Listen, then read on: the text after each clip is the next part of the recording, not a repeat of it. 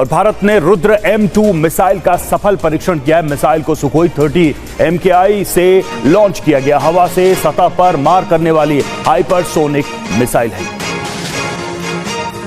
तो खबरें आ रही हैं भारत से कि भारत ने एक मिसाइल का टेस्ट किया है और इसे कहा जा रहा है फोर्स मल्टीप्लायर। ये जो टेस्ट फायर किया है इसका नाम है रुद्र M2, जो कि एयर टू सरफेस मिसाइल है।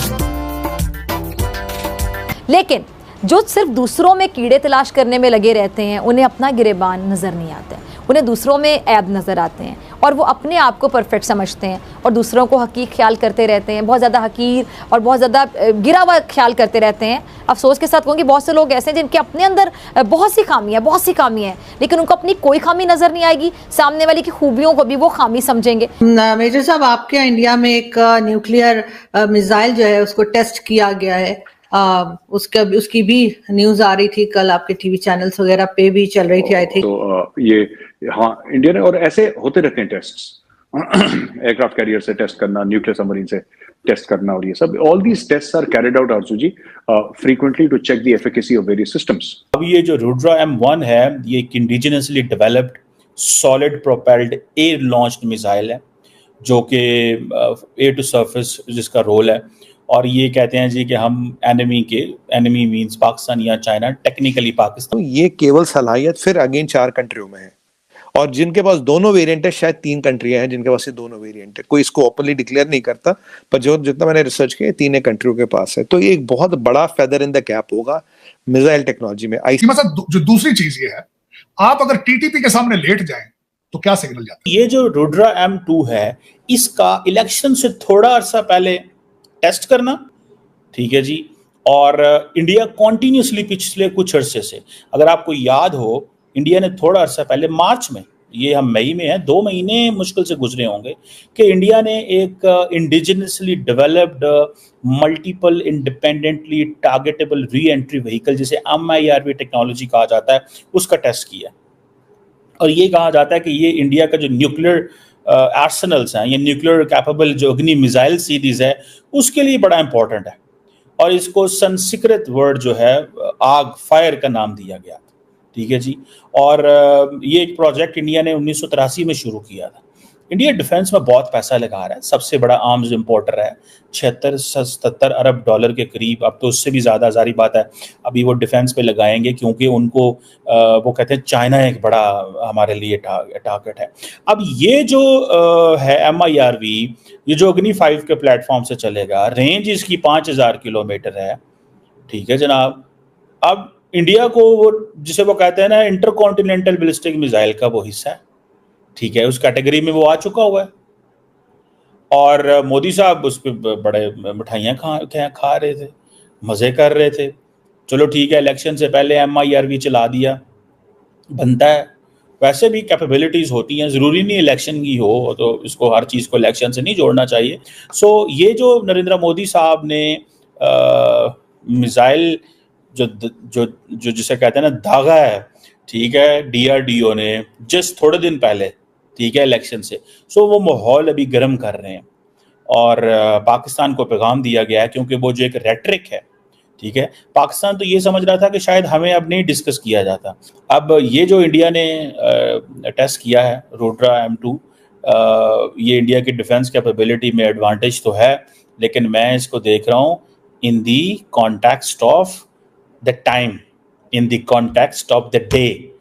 आज का डे बड़ा इंपॉर्टेंट है।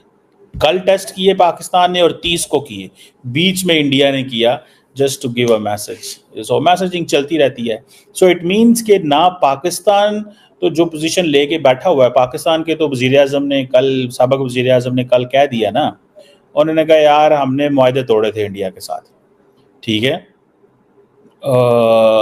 हमने मुआहदा तोड़ा था इंडिया के साथ, हमें नहीं करना चाहिए था। लेकिन Indian leadership they need to come forward as well, they need to engage as well. उनको भी चाहिए कि वो इंगेज करें, वो अपना प्लान बनाएं, वो समझें कि यार कब तक हम इस तरह लड़ सकते हैं पाकिस्तान के साथ, क्या करेंगे, इसका क्या फ़ायदा होगा, ठीक है जी।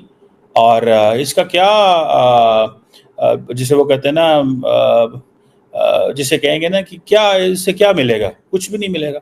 सो we need to move on from this, हमें इससे थोड़ा मूव ऑन करने की ज़रूरत है, लेकिन लगता तो नहीं है। उसकी वजह यह है कि हुकूमत जो है, इंडियन हुकूमत जो है, उनको इस चीज़ का पता है कि अगर हम ये करेंगे तो इससे उनकी एक बहुत सारी जो पॉलिटिकल रेटरिक है उसमें थोड़ा सा मंदी आ सकती है, उसमें थोड़ी सी सिचुएशन जो है वो कंप्रोमाइज़ हो सकती है। सो वो करेंगे। सो प्राइम मिनिस्टर मोदी ने ये जो प्रोब का ऐलान किया है, ये बेसिकली वो अरविंद केजरीवाल पे और बाकियों पे प्रेशर भी डाल रहे हैं और माहौल भी बना रहे हैं। प्राइवेट कंपनी है DRDO की मदद से बना रहा है और इसकी रेंज कह रही है 10,000 से 12,000 तक की होगी। मतलब कि इंडिया जो है यहाँ से बैठ के यूरोप तक को भी हिट कर सकता है। और हम तो कहते हैं कि भाई हमारा और इंडिया की दोस्ती हो नहीं सकती, हम जो है अच्छे रिलेशन में नहीं आ सकते, ट्रस्ट इशू है, सियासी इशू है, कश्मीर इशू है, बहुत से इशू हैं। सर टेक्नोलॉजी में वो मेड इन इंडिया कितना आगे बढ़ गया है और हमारी टेक्नोलॉजी इस वक्त कहाँ खड़ी है? क्या हम उनके साथ मिसाइल टू मिसाइल कंपैरिजन नहीं कर सकते हैं? जी बिल्कुल, ऐसे ही है कि कंपैरिजन तो दूर की बात है। बेसिकली इंडिया और पाकिस्तान नज़रियाती तौर पे बहुत मुख्तलिफ जा चुके हैं। इंडिया ने अपने लास्ट 10 इयर्स में टोटल जो उनका फोकस रहा है वो IT सेक्टर पे रहा है, उनका टेक्नोलॉजी पे रहा है, जबकि यहाँ पे हमारे मुल्क में इस्लामिक मिलिटराइजेशन स्टार्ट हो गई है। दूसरे हमें और तहफ़्फ़ुज़ात रहे हैं, तालिबान वगैरह और इस तरह के मसले मसाइल। दूसरी तरफ इंडिया का प्योर फोकस रहा है कि टेक्नोलॉजी पे हम कैसे अपडेट करें। उनको आपको पता है लास्ट मैं अभी एक रिपोर्ट पढ़ रहा था कि उनकी 10 मिलियन से ज़्यादा इंपोर्ट हो चुकी है सिर्फ IT सेक्टर के अंदर। तो वो एक्सपोर्ट हो गया, एक्सपोर्ट हो चुकी है इतनी ज़्यादा। तो ये भी हम चाइना की मदद से कर रहे हैं और इससे पहले जो हमने JF-17 थंडर जो एक हमारा जहाज़ है वो भी हमने चाइना की मदद से बनाया। तो देखिए हमारे पैटर्न अगर आप देखें कि हमने कुछ भी खुद से नहीं किया, या चाइना की इन्वॉल्वमेंट है या हम कहीं से बाहर से मंगवा लेते हैं। चाइना बनाता है पर स्टिकर हम अपने लगा देते हैं। स्टिकर बना के रिवर्स इंजीनियरिंग करके हम वो कुछ कर देते हैं, लेकिन हमारा अपना कुछ नहीं है। हमारा अपना, मेरे ख्याल में हमें चाहिए कि जिस तरह इंडिया ने अपने आप को बेहतर किया है हमें भी अपने आप को बेहतर करना चाहिए। और अपने आप उनका जब जितना हम समझ पाए हैं उन्हें टेक्नोलॉजी चाहिए भी इतना आगे नहीं है। वो कंट्रीज को कहते हैं कि यहाँ पर आके प्लांट लगाएं, हमें ये टेक्नोलॉजी दें, हमें ये चीज़ सिखाएं, और हम कहते हैं भाई हम आपको डॉलर भेजेंगे, आप बस वहाँ से शिपमेंट करा दो। जी बिल्कुल, यही इसी वजह से तो हमारी इकोनॉमी कभी जाके स्टेबल नहीं हो सकी ना, क्योंकि हम हमेशा से चीज़ परचेज कर लेते हैं, लोकल डोमेस्टिक इंडस्ट्री को सपोर्ट ही नहीं करते। और आप देख लें इकोनॉमी हमारी जो इतनी डिप्रिशिएट हो रही है उसकी वजह यही है कि हमारी इंपोर्ट इतनी ज़्यादा और एक्सपोर्ट है ही नहीं, क्योंकि हम पसंद करते हैं, खुद कुछ बनाना चाहते नहीं है, बाहर से चीज़ें मंगवा। जय हिंद दोस्तों, स्वागत है आपका इंडिया पाकिस्तान न्यूज़ चैनल में। तो दोस्तों, जैसे कि आपने वीडियो में देखा, आइए जानते हैं वीडियो के बारे में। भारत ने दुनिया को फिर एक बार अंतरिक्ष क्षेत्र में अपनी क्षमता और आत्मनिर्भरता की झलक दिखाई है। देश के अंतरिक्ष स्टार्टअप अग्निकुल कॉस्मोस ने जब गुरुवार को दुनिया का पहला 3D रॉकेट लॉन्च कर कीर्तिमान रचा तो हर भारतीय सीना का चौड़ा हो गया। भारतीय प्राइवेट कंपनी ने सेमी क्रायोजेनिक इंजन से उड़ान भरने की क्षमता का भी पहली बार प्रदर्शन किया। अग्निबाण भारत का पहला सेमी क्रायोजेनिक इंजन है। यह क्षमता अभी इसरो ने भी हासिल नहीं की है। अग्निबाण यह पूरी तरह से स्वदेशी है। IIT मद्रास से जुड़े अग्निकुल कॉस्मोस की इस सफलता पर प्रधानमंत्री नरेंद्र मोदी ने बधाई दी है। अग्निकुल कॉस्मोस ने श्रीहरिकोटा स्थित अपने परीक्षण केंद्र से स्वदेशी 3D printed semi cryogenic rocket Agnibaan को लॉन्च किया। अग्निबाण सेमी क्रायोजेनिक इंजन वाला भारत का पहला रॉकेट है। अग्निबाण की सफल उपकक्षीय परीक्षण उड़ान के साथ अग्निकुल कॉस्मोस यह उपलब्धि हासिल करने वाली भारत की दूसरी प्राइवेट कंपनी बन गई है। हैदराबाद की स्काई रूट एरोस्पेस उपकक्षीय रॉकेट विक्रम S लॉन्च करने वाली भारत की पहली प्राइवेट कंपनी थी। स्काई रूट एरोस्पेस ने नवंबर 2022 में यह उपलब्धि हासिल की। चेन्नई के अंतरिक्ष स्टार्टअप अग्निकुल ने गुरुवार सुबह 7:15 में अग्निबाण सब ऑर्बिटल टेक्नोलॉजी डेमोस्ट्रेटर को अपने प्राइवेट परीक्षण स्थल धनुष से प्रक्षेपित किया।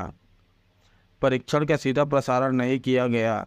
मिशन का उद्देश्य स्वदेशी प्रौद्योगिकियों का प्रदर्शन करना और महत्वपूर्ण उड़ान डाटा एकत्र करना और अग्निबाण का सफल परीक्षण करना है। अग्निकुल ने कहा, श्रीहरिकोटा में SDSC SHR के परिसर में अग्निबाण SORTT के पहले उड़ान मिशन 01 की सफलता की घोषणा करते हुए हमें बेहद खुशी हो रही है।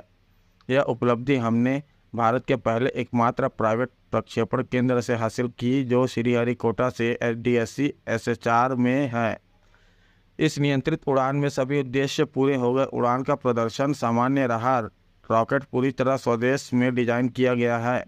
यह दुनिया में पहले 3D प्रिंटेड सिंगल इंजन से संचालित है।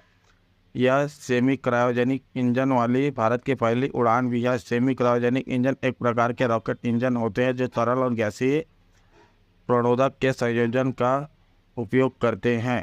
तो दोस्तों, अगर आपको ऐसी वीडियो देखना पसंद है तो हमारे चैनल को सब्सक्राइब करें तथा वीडियो को लाइक करना ना भूलें। धन्यवाद। जय हिंद, जय भारत।